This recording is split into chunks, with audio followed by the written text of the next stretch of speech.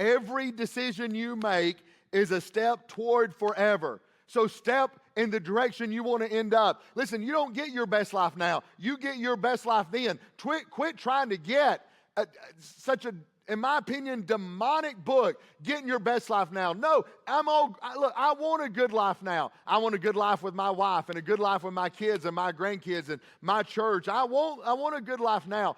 But that does not stop me, nor should it take precedent over me aiming for eternity. And if you're going to get your mind right, you've got to live with the end in mind, knowing every one of us in this room, we're going to wind up at the great white throne judgment. And if we're not saved, we'll be cast into a devil's hell. And those of us who are saved, we're going to be at the bema seat of Christ for our judgment. And God expects us to live with the end in mind right now. So quit making decisions as if this is the only life there is. It's not.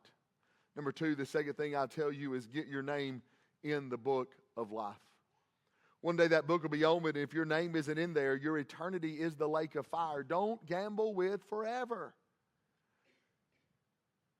The fire and sulfur that burns forever.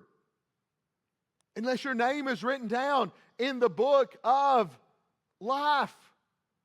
Listen, good works won't get your name written down. Church membership will not get your name written down. Coming to church twice a month will not get your name written down. The only way your name gets written down is for you to put your faith and trust and all of your faith and all of your trust and all of your hope in Jesus.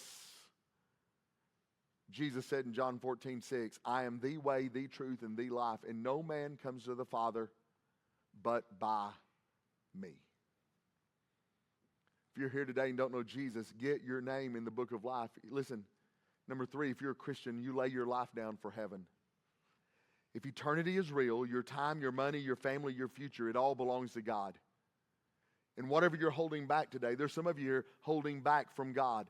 You're holding back. Maybe God's called you to ministry and you're holding back on that.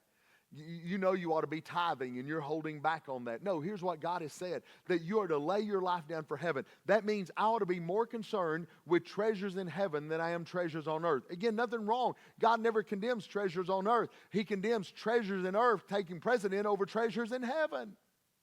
Lay your life down for eternity. If heaven is real, your time, your money, your family, your future, you just name it. It all belongs to God. And one day you'll give an account for every single